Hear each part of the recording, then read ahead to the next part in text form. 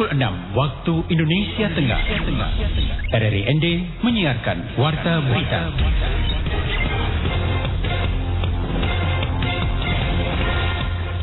Selamat pagi saudara, Anda kembali mendengarkan Warta Berita Daerah pagi ini, edisi 11 Maret 2023. Sari Berita.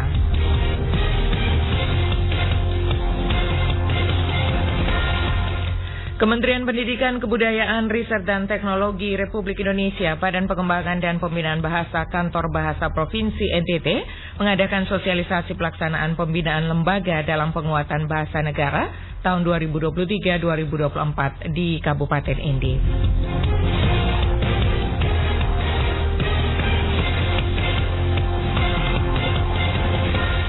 Sebanyak 316 peserta yang memenuhi syarat dari 893 pelamar kembali mengikuti tes lanjutan pegawai pemerintah dengan perjanjian kerja atau P3K.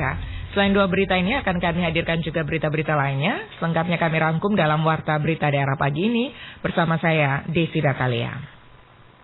Kita mulai berita pertama. Kementerian Pendidikan, Kebudayaan, Riset dan Teknologi, Badan Pengembangan dan Pembinaan Bahasa Kantor Bahasa Provinsi Nusa Tenggara Timur mengadakan sosialisasi pelaksanaan pembinaan lembaga dalam penguatan bahasa negara tahun 2022-2023. Laporan selengkapnya disampaikan Veranda Garus. Tahun ini merupakan tahun kedua dengan tahapan sosialisasi dan fasilitasi layanan profesional penggunaan bahasa Indonesia di ruangan publik. Kepala Kantor Bahasa Indonesia Provinsi Nusa Tenggara Timur, Eli Setiati, SPD MHU mengatakan, tujuan diadakannya kegiatan ini dikarenakan adanya pelemahan bahasa negara seiring dengan penguatan bahasa asing. Penguatan bahasa asing disebabkan karena arus informasi dan komunikasi global bersamaan dengan mobilitas penduduk antar negara yang semakin intens. Jadi kita masuk di sebuah kota, kita mengikat diri selama 3 tahun atau 5 tahun nanti kita lihat saja perkembangannya. Jadi kita memperbaiki wajah kota ND ini. Apakah ND nanti bisa membanggakan Provinsi Nusa Tenggara Timur untuk pengutamaan bahasa negara ini. Karena kita juga punya aturan dalam penggunaan bahasa Indonesia yang kita gunakan di dalam dokumen-dokumen resmi negara. Selanjutnya untuk itu perlu adanya langkah-langkah menciptakan ketertiban berbahasa, yaitu dengan mengendalikan pemakaian bahasa asing dan menguatkan bahasa negara yakni bahasa Indonesia. Upaya ini perlu dilakukan secara intensif dan berkesinambungan. Selain karena telah ditetapkan sebagai kota Pancasila, kota ND dinilai cukup strategis dalam penggunaan bahasa Indonesia yang baik dan benar. Sasaran dari lembaga objek pembinaan bahasa di ruangan publik dalam kegiatan ini yakni sebanyak 45 lembaga, terdiri dari lembaga pendidikan, lembaga pemerintah, dan lembaga swasta yang berbadan hukum di lingkup pemerintah Kabupaten ND. Kami laksanakan ada 4 hari. Ini dari itu kami lakukan tahap pembinaan. Dilakukan dengan tahap pembinaan dulu yang di dalamnya kita lakukan bagaimana kita mendampingi atau memfasilitasi peserta. Ketika tahun kemarin kita sudah mengumpulkan data di ruang dengan dokumen-dokumen yang sudah kita kumpulkan, itu nanti di situ di ruang itu kita membahasnya. Jadi ada narasumber yang akan membahasnya. Kegiatan ini diharapkan mampu mewujudkan sinergitas antara pemangku kepentingan lembaga dan badan bahasa atau kantor dalam bahasa pengutamaan bahasa negara, serta meningkatkan kualitas penggunaan bahasa negara pada lembaga yang menjadi objek pembinaan dan terbitnya regulasi yang mendukung pengutamaan bahasa negara. Sehingga nantinya bahasa Indonesia menjadi bahasa yang digunakan dalam penyusunan dokumen-dokumen kedinasan di berbagai lembaga pemerintahan, serta dokumen-dokumen resmi seperti sepatutnya disusun dengan bahasa Indonesia yang baik dan benar, tidak mengandung banyak kesalahan, dan juga bahasa Indonesia menjadi bahasa yang bermartabat. RRI ND, Veranda Garus melaporkan. Beralih ke berita lainnya, kios-kios yang disiapkan untuk para pedagang di lantai 2 Pasar Mbongawani ND hingga kini banyak tidak ditempati dan terkesan mubazir. Laporan disampaikan Suimam. Kepala Dinas Perindustrian dan Perdagangan Disperindak Kabupaten ND melalui Kepala Bidang Kabid Pengelolaan Sarana Perdagangan Ilmantoya kepada RRI di ruang kerjanya Jumat 10 Maret 2023 mengatakan terkait hal tersebut pihaknya sudah berupaya mengajak para pedagang untuk menempati kios-kios yang ada namun tidak berjalan lama dikarenakan sepi pengunjung. Dijelaskan agar tidak mubazir dan terkesan kosong, pihaknya membuka peluang kepada para pedagang maupun masyarakat untuk bisa mengajukan permohonan ke dinas sesuai jenis kiosnya agar bisa ditempati. Prinsipnya kami membuka peluang untuk masyarakat di Kabupaten Ende, khususnya pedagang yang berminat silakan ajukan permohonan ke dinas. Yang berminat silakan. Ia melanjutkan, meski kurang peminat, tiap tahun menjelang Hari Raya Idul Fitri, lapak maupun kios di lantai 2 akan ramai diisi para pedagang yang menjual barang dagangannya. Menjelang Hari Raya, kita kumpulkan pedagang, pakaian apa semua sendal itu ke atas kami sudah pindahkan ke lantai 2. Kami lakukan tiap tahun. Ditambahkan,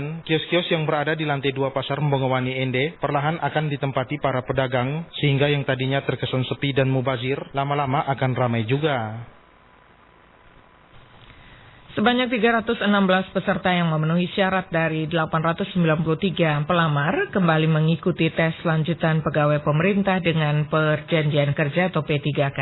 Laporan selengkapnya disampaikan Rovinus Bula. Sebanyak 316 peserta yang memenuhi syarat dari 893 pelamar kembali mengikuti tes lanjutan pegawai pemerintah dengan perjanjian kerja P3K. Seleksi lanjutan P3K akan dilaksanakan pada tanggal 27 sampai 30 Maret 2023. Para pelamar yang dinyatakan memenuhi syarat akan memperebutkan 169 formasi sesuai kuota yang ditetapkan pemerintah Kabupaten Ende. Sekretaris Daerah Kabupaten Ende Dr. Agustinus Gajanasu kepada media mengatakan dari jumlah keseluruhan pelamar di Ende sebanyak 893 orang, ada 577 orang dinyatakan tidak memenuhi syarat. Kemudian pelamar diberikan kesempatan untuk mengajukan sanggahan. Sekda Gusti menjelaskan dari 577 pelamar yang tidak memenuhi syarat, ada 241 orang mengajukan sanggahan. Dari hasil sanggahan, ada 34 orang diterima sanggahan, sedangkan 207 orang ditolak. Pelamar seluruhnya 893, yang memenuhi syarat 316, tidak memenuhi syarat 577. Dari 577 itu ada 241 orang yang menyampaikan sanggahan. Yang diterima sanggahannya 34 orang, yang ditolak 207. Sekda Gusti mengatakan berdasarkan hasil audit dari Inspektorat sebanyak 207 pelamar yang sanggahannya ditolak karena mayoritas para pelamar belum memenuhi tata cara penyampaian sanggahan yang benar sesuai rambu-rambu regulasi yang berlaku. RRI Ende Rovinus Bula melaporkan. Anda sedang mendengarkan Warta Berita Produksi RRI Ende. Puluhan tahun ratusan kepala keluarga di Dusun Tua Nio, Desa Pagomogo, Kecamatan Nangaroro belum menikmati aliran listrik dari PLN. Selain rumah tangga, lembaga pendidikan seperti sekolah dasar juga belum mendapatkan aliran listrik. Selengkapnya Ferry Soo melaporkan. Warga Dusun Tua Nio, Desa Pagomogo, Kecamatan Nangaroro, Kabupaten Nagekeo selama puluhan tahun belum menikmati aliran listrik dari PLN untuk kebutuhan penerangan dan aktivitas lainnya. Padahal jarak antara desa tetangga yang telah memiliki aliran listrik hanya 1 kilometer. Setiap hari warga hanya mengandalkan listrik tenaga surya. Untuk memenuhi kebutuhan penerangan, warga hanya mengandalkan lampu dari tenaga surya dan juga generator yang sangat tidak maksimal. Ketiadaan daya listrik membuat usaha rumah tangga seperti mebeler, kios dan usaha lainnya terhambat akibat kekurangan arus listrik. Berbagai upaya telah dilakukan oleh pemerintah desa dan juga warga untuk mendapatkan aliran listrik, namun saat ini belum terjawab. Tidak adanya aliran listrik menjadi salah satu faktor penghambat meningkatnya pendapatan keluarga. Alfonsius Baby, warga Tua Nio, mengatakan masyarakat sangat kecewa karena jarak Dusun Tua Nio, Desa Pagomogo dengan desa tetangga yang telah menikmati listrik tidak jauh, tapi mereka masih terbelakang soal fasilitas penerangan. Masyarakat membutuhkan listrik terutama untuk sekolah dan juga belajar anak di rumah, serta kegiatan usaha masyarakat lainnya. Masyarakat sangat membutuhkan listrik itu. Yang paling pertama dalam sarana pendidikan itu kepentingan untuk sekolah dan juga untuk anak-anak di rumah dalam proses pembelajaran. Yang kedua dalam sarana agama juga ada satu kepentingan. Yang ketiga juga untuk kepentingan usaha masyarakat bukan reguler. Di sini ada beberapa potensi yang bisa berusaha dalam bidang reguler dan juga untuk kebutuhan masyarakat dalam bidang untuk bagaimana mengembangkan ekonomi masyarakat itu sendiri. Selain rumah tangga, lembaga pendidikan seperti sekolah dasar juga belum mendapatkan aliran listrik. Kondisi ini membuat kegiatan belajar mengajar dan aktivitas sekolah lainnya sangat terganggu. Pihak sekolah hanya mengandalkan generator untuk memenuhi kebutuhan administrasi perkantoran sekolah dengan biaya operasional yang cukup tinggi. RRI ND Ferry Soong melaporkan.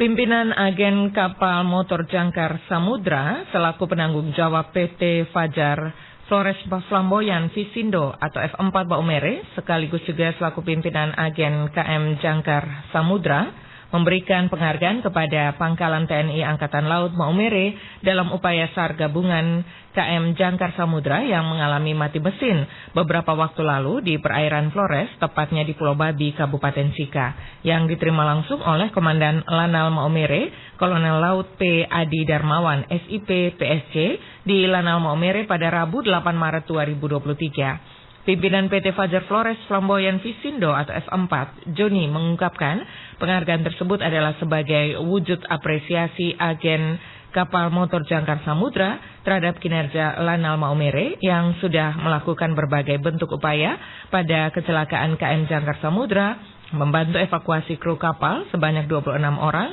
dengan selamat dan sehat.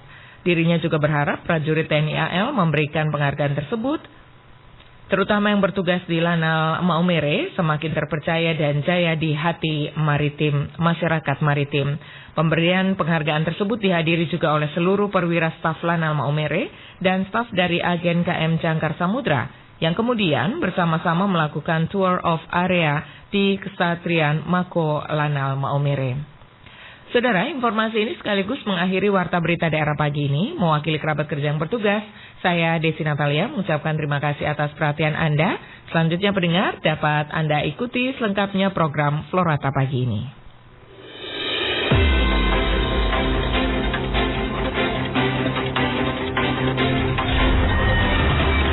Terima kasih. Anda telah mendengarkan Warta Berita Produksi RRI ND.